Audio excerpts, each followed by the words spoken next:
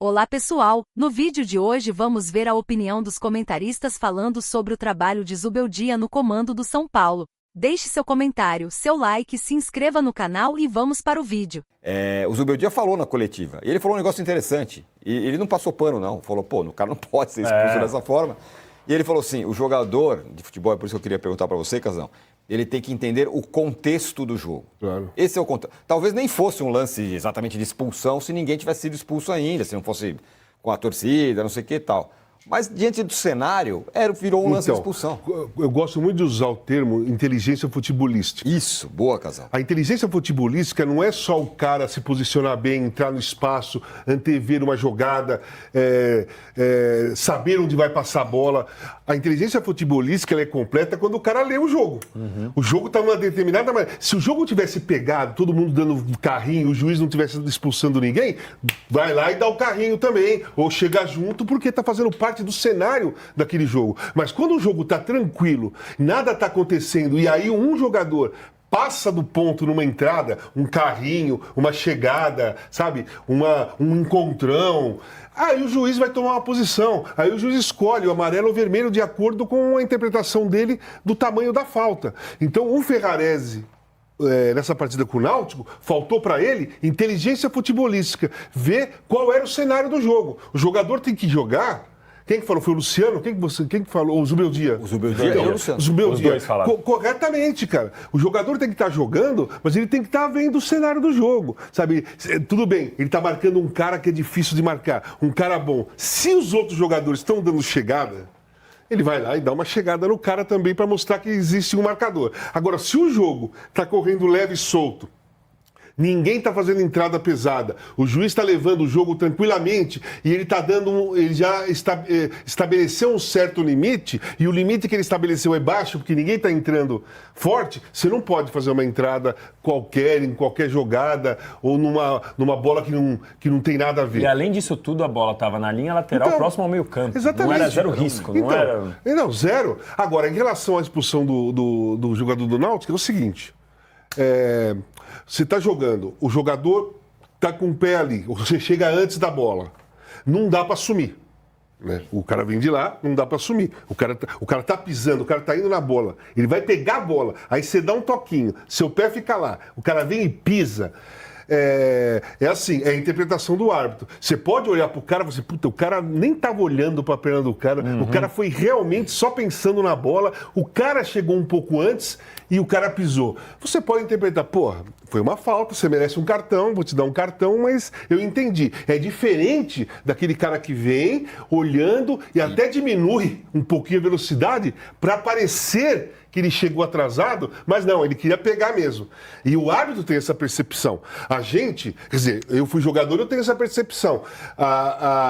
Agora, quem está olhando o jogo e está só prestando atenção, torce para um time para o outro, você não tem essa percepção. Você acha que todas as entradas, dessa maneira, são iguais. Elas não são iguais, mesmo sendo o mesmo tipo de chegada.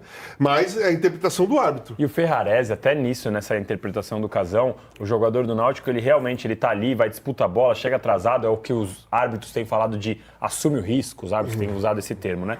Agora, o Ferrarese não. O Ferrarese ele vai num carrinho voador. Então, não é aquele carrinho deslizando. Ele vai com um carrinho... Aqui a câmera nem pega. O meu joelho tá subindo aqui na cara. Ele arma o joelho e, não dá. Aquilo ali é muito se o juiz, nesse lance do cara do Náutico, que ele mesmo, depois ele pediu desculpas, né, pra torcida, a hora que saiu, tudo mais.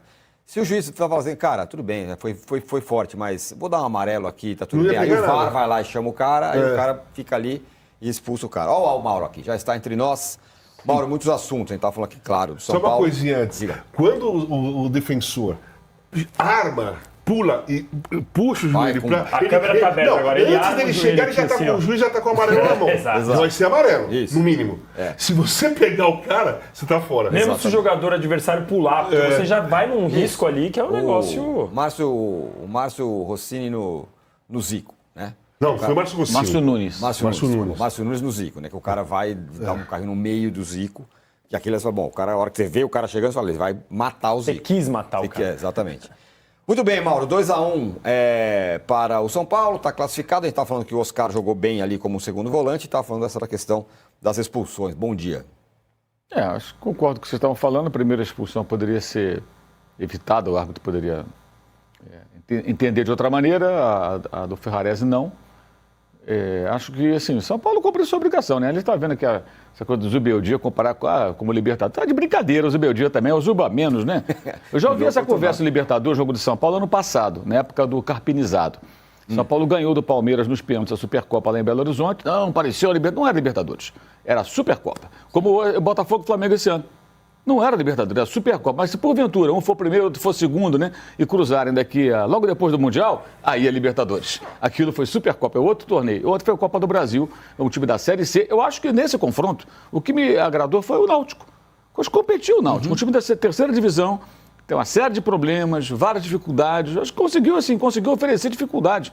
Não foi assim simples para o São Paulo, não foi molezinha, né? O São Paulo tem vários problemas, tem desfalque, mas imagina a vida do Náutico, né? É muito mais difícil. Então, assim, deu jogo, como com outros confrontos aí, o CSA eliminou o Grêmio, o Vasco sofreu contra o Operário, o Operário teve até a bola da classificação e perdeu o pênalti. Então, acho que interessante desse confronto foi isso. São Paulo descobriu o papel dele e não é Libertadores, não dá. Então, jogou como Libertadores? Não jogou como Libertadores. A única semelhança é você pegar... estilo do torneio. É um jogo pegado, um jogo mata-mata. De repente, se você pegar algum... Até os estádios parecidos com os aflitos na Libertadores já são mais raros, né? Não tem tantos estádios com essa pegada. Sim, aí, sim. Né? Você tem menos estádios assim. Procura aí, qual o estádio tipo Caldeirãozinho assim, trombando em cima ali. É um ou outro que você vai encontrar. Essa Libertadores do passado ficou no passado, né? Hoje é bem diferente. Mas passou, o São Paulo se classificou, fez ali o seu papel, acho que com alguma dificuldade, né? E que eu acho que é muito mérito também do Náutico, que eu acho que foi melhor do que a Encomenda.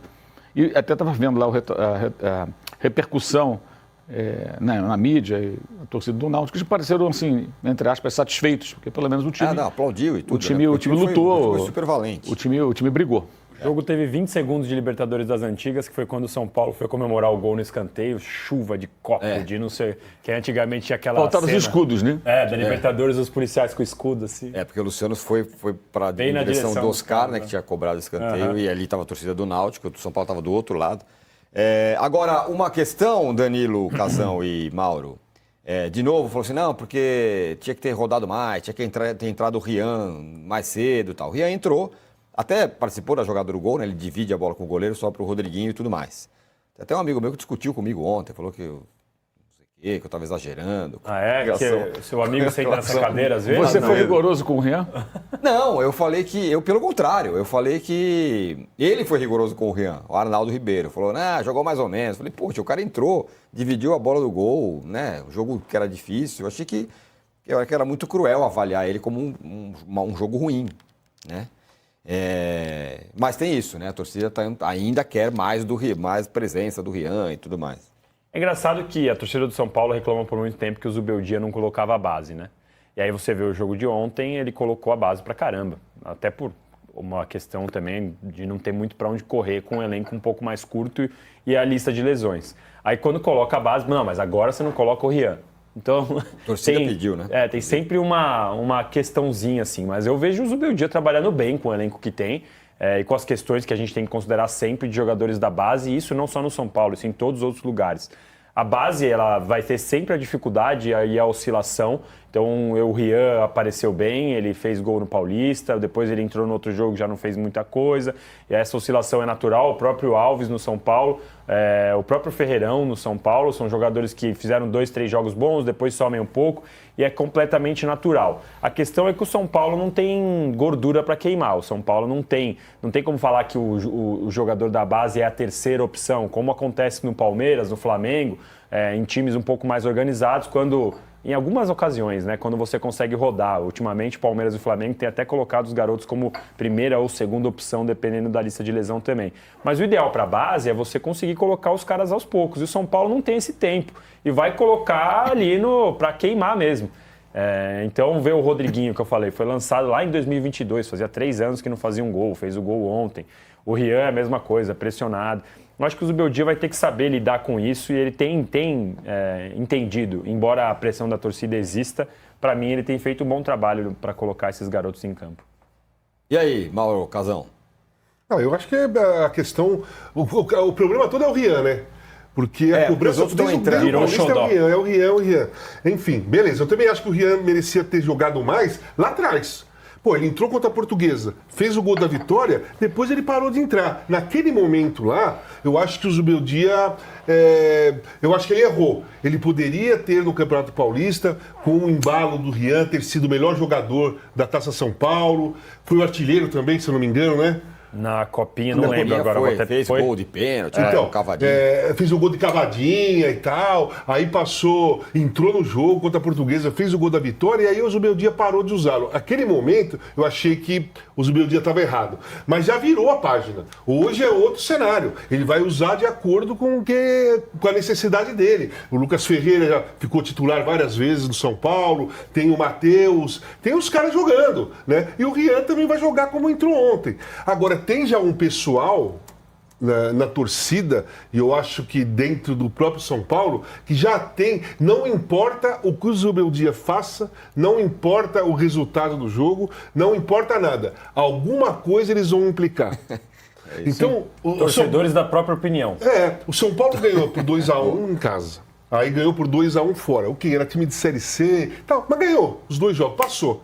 Cara, você vai achar o Rian para você criticar o Zubeldia, sabe?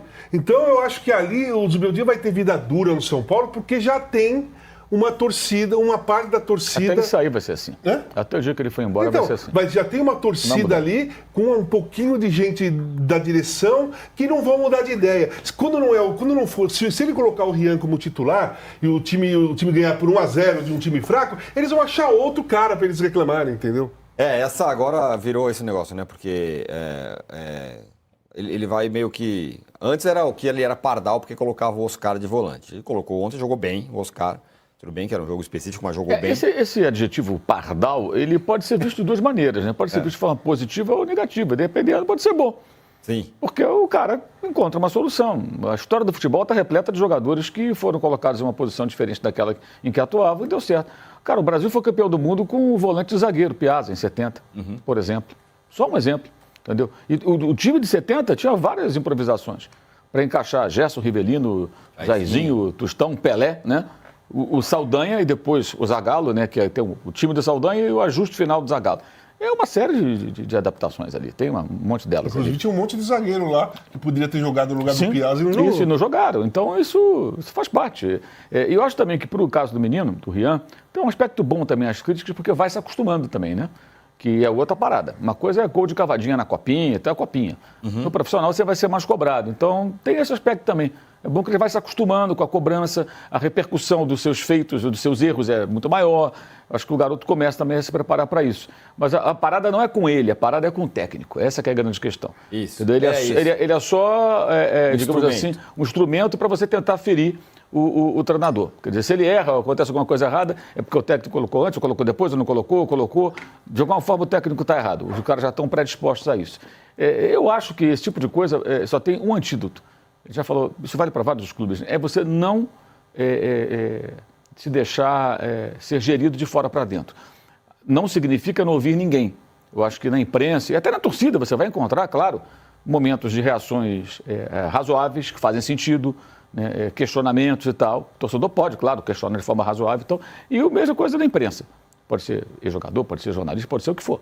Né? E tem aquela coisa que você tem que ignorar, tem que colocar de lado, que você percebe, e no caso do São Paulo tem muito isso nesse momento, que não são críticas específicas, são ataques.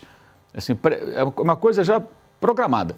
Assim, eu vou reclamar desse cara sempre, eu vou encontrar uma maneira de reclamar. Isso não tem só no São Paulo, mas no São Paulo agora está um pouco mais acentuado. Então, se quem faz a gestão ficar se preocupando com isso, cara, aí não vai funcionar. Porque aí você está sendo gerido de fora para dentro. E o cara faz um trabalho bem satisfatório.